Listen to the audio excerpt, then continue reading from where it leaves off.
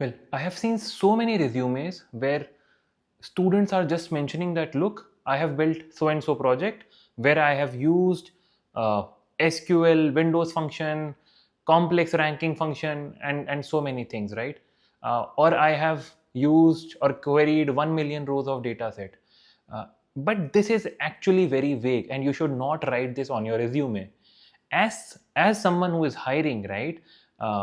It is very important for you to understand what people who are hiring look out for. Writing that you know SQL Windows function is pretty basic. It is expected that you would be knowing that.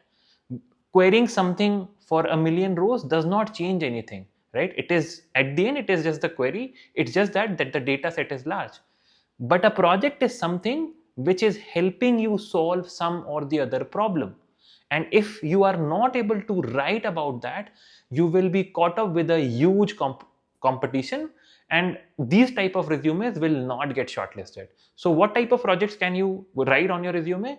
Let's say you've built some dashboards, you can write about that. Let's say you've done some kind of automation through Python, write about that. Mention how it is saving the time and eventually the cost for that particular organization, that you can do that. If you've done some kind of basic ML, mention about that, okay? And again, mention how it has created that small impact, okay? So showcase variability. I know dashboarding, I have done dashboarding tasks, I am good with SQL. So how do you show that?